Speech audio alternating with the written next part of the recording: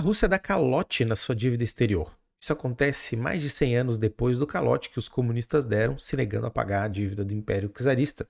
Mas isso tem algum efeito para o que está acontecendo agora e para a economia da Rússia? O G7, o grupo dos 7 países e as democracias, né, desenvolvidas, as principais democracias, se encontrou na Bavária, em Elbau, e prometeu um pacote de 600 bilhões de dólares para os países em desenvolvimento, principalmente as questões ligadas à renovação energética, a novas matrizes energéticas. Também a OTAN se encontrou em Madrid, se encontra ainda entre 28 e 30 de junho, e promete uma mudança nos seus conceitos estratégicos para lidar com Rússia e China, que são as grandes ameaças que estão sendo identificadas agora. A Foreign Policy, que é uma das mais importantes revistas da área de política internacional, de relações internacionais, soltou um artigo e publicou um artigo de autoria de um político e um burocrata do establishment norte-americano, fazendo um apelo para que Biden guie uma saída negociada para a guerra, porque não há vitória possível para a Ucrânia. Mas antes de começarmos o vídeo, antes de mais nada,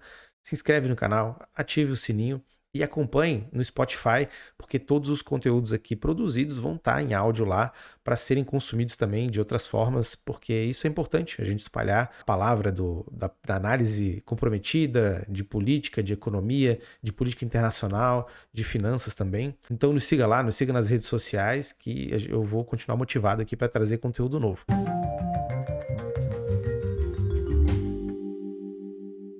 Olá, meu nome é Bruno Hemming, eu sou economista e eu sou internacionalista.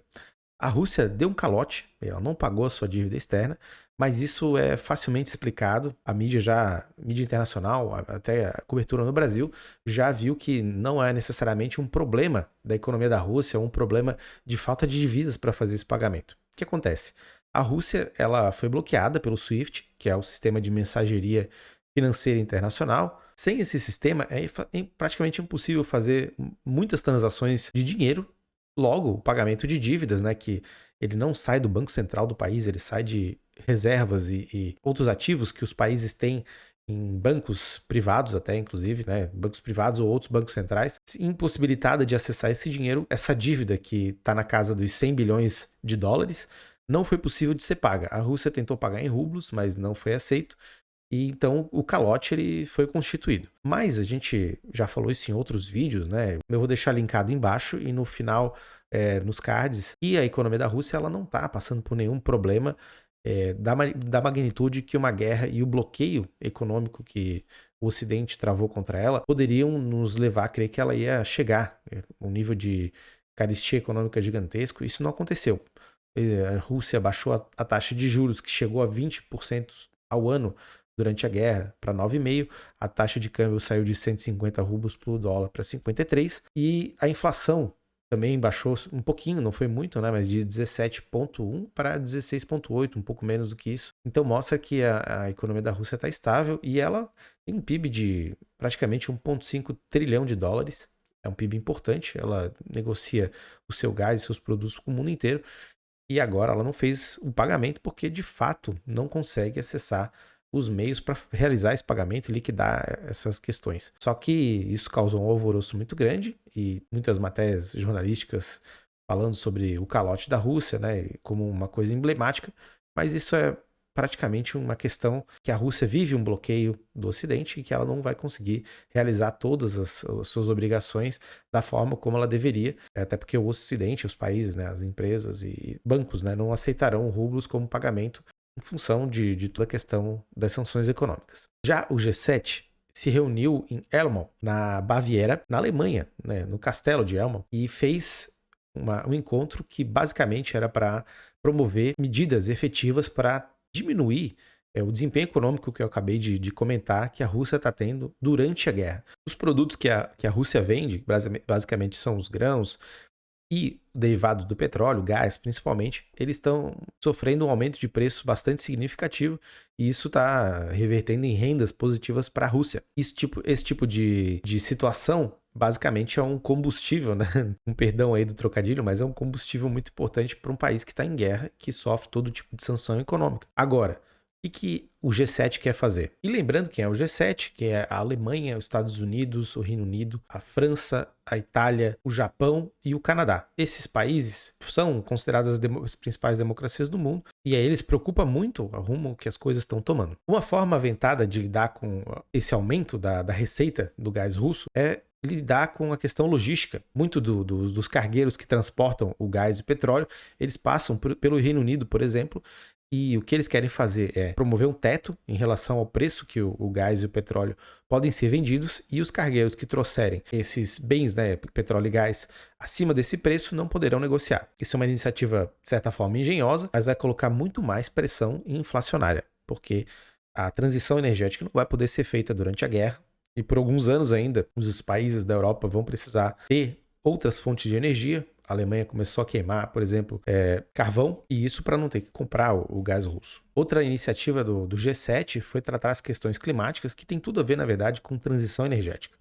Eles trouxeram representantes da África do Sul, Senegal, a Argentina, que está prestes a entrar para o BRICS, e a Índia, que é um ator central, um ator importantíssimo para um bloco euroasiático que está sendo tentado por Rússia e China, e trazer esses países para o âmbito do G7 e prometer 600 bilhões que eu comentei no início do vídeo, é uma forma de criar um laço econômico, que ao mesmo tempo faz com que esses países fiquem vislumbrando que as democracias vão estar junto com eles, e, por outro lado, oferece o que a Belt and Road Initiative, que são os investimentos chineses, né, que eu tanto falo aí nos vídeos, que eles se comprometem a investir em infraestrutura, investir em novas tecnologias, investir em investimentos produtivos que rendem frutos no futuro. O G7 quer fazer a mesma coisa e promete fazer isso focado em energias renováveis, o que é, de certa forma, louvável, mas é muito pouco perto do que a Belt and Road já fez e promete fazer, pelo menos até 2027, que eu comentei, acho que no vídeo da amizade sem limites entre Rússia e China, e está na casa dos 3,5 trilhões de dólares, um investimento pretendido pelos chineses. Eu acho que o esforço tem que ser muito maior dos países da Europa e do G7 para fazer frente a essa ambição chinesa. E até porque o momento ele realmente exige isso. Um outro problema que eu levanto aqui, uma questão, é que esses 600 bilhões eles já vão ser distribuídos entre diversas formas desse dinheiro chegar nos países. Uma delas são as instituições multilaterais internacionais, que ainda têm o mesmo mandato que sempre teve de fomentar ajuste, fazer uma transformação nos países em que eles atuam para o mal, para promover mais políticas de mercado, e o mal no sentido que ele está desconectado com as exigências, as demandas de agora. Isso quer dizer que ajustes econômicos são o mal? Não. Isso quer dizer que para o momento agora e para a inflação, para baixo crescimento e o aumento da pobreza e da fome no mundo, isso não é o suficiente. Está mais do que na hora, se caso o G7 e os países da Europa quiserem fazer qualquer tipo de contraposição à China, que eles entendam isso e parem dessas medidas maquiagens e que eles façam coisas realmente efetivas para contrapor a iniciativa econômica, principalmente a China, mas a Rússia também, e se propõe a fazer lá no bloco euroasiático e com os investimentos pela China, no caso, da Belt and Road Initiative. Já a OTAN, que é a aliança do Tratado do Atlântico Norte, ela vai se reunir em Madrid entre 28 e 30 de junho e ela quer mudar o seu conceito estratégico. Ela quer incorporar as ameaças que são enxergadas pela OTAN como centrais, né, para o mundo. A primeira, claro, é a Rússia, que invadiu a Ucrânia, que está fazendo o conflito, a guerra, e depois a China, pela parceria que ambos os países possuem, e também porque é visto na China uma ameaça direta à OTAN e aos países europeus. E se a gente busca pelos temas aqui do vídeo, é basicamente isso que a gente está conversando.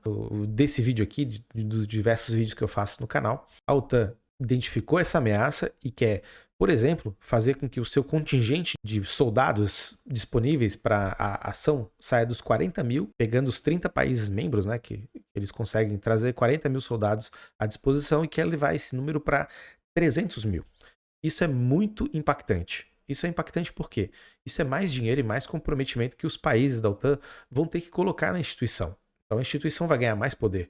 O Jens Stoltenberg, que é o líder da instituição, né, que está dirigindo, ele cada vez vai ganhar mais poder e vai ter que liderar essa questão para convencer os países a fazer esse tipo de gasto. Daí lembrando de novo, estamos numa época de inflação e baixa perspectiva de crescimento. Taxas de juros altas em diversos países do mundo. O que isso quer dizer? Quer dizer que, objetivamente, os países vão ter que escolher entre gastar com seguridade social, que é o que as pessoas precisam, gastar com investimentos, tirar o dinheiro desses investimentos, parar de investir em seguridade social para investir em segurança, para investir em armas, em exército. Isso não é um consenso, ou, aliás, a vontade de gastar com esse tipo de coisa não é um consenso nas sociedades. Em Madrid já teve protesto justamente por causa do encontro da OTAN, da população que não concorda com isso.